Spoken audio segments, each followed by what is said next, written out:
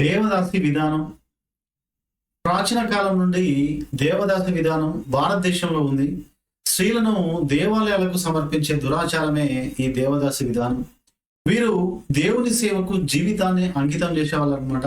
మరి ఈ సాంప్రదాయం ప్రకారం ఒక వంశంలోని స్త్రీలలో ఒక తరానికి ప్రభువులు మరియు జమీందారులు, భూస్వాములు తమ ఇళ్లలో ఆడపిల్లలను ఒకరు చొప్పున గుడిలోని దేవునికి పెళ్లి చేసేవారు అనమాట. ఈ విధంగా దేవదాసి అనగా సంస్కృతంలో దేవుడి యొక్క స్త్రీ సేవకురాలు అని అర్థం. ఈ దేవదాసీలు సాహిత్య, లలిత కళల్లో ప్రావీణ్యం కలిగి ఉండేవాళ్ళు అనమాట. మరి సంగీత నృత్యాల్లో కూడా దేవుడిని అలరించేవాళ్ళు. అంటే దేవుడి పాటలకు వీళ్ళు నృత్యం చేసేవాళ్ళు అనమాట.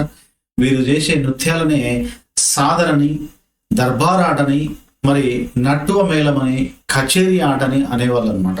ఓకే, సాదర నృత్యాన్ని భరతనాట్యంగా తీర్చిదిద్దింది ఎవరంటే రుక్మిణీదేవి అరుండేల్. దేవదాసి వ్యవస్థలో మాతృస్వామిక విధానాన్ని అనుసరించారనమాట.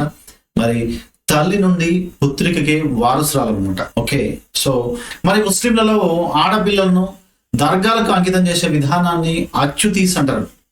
ఓకే, ఖురాన్ పెళ్లి జరిపించే ఆడపిల్లలను బీబీ అని అంటారు అనమాట. అంటే ఇక్కడ దేవదాసి వ్యవస్థ వైష్ణవ సంప్రదాయానికి చెందిందనే విషయం గుర్తుపెట్టుకోవాలి. ఇది అగ్రవర్ణ సంస్కృతి మరియు ఆర్య సంస్కృతి చెందిందనే విషయాన్ని మనం ఇక్కడ ఎగ్జామినేషన్ పాయింట్ ఆఫ్ వ్యూ గుర్తుపెట్టుకోవాలి.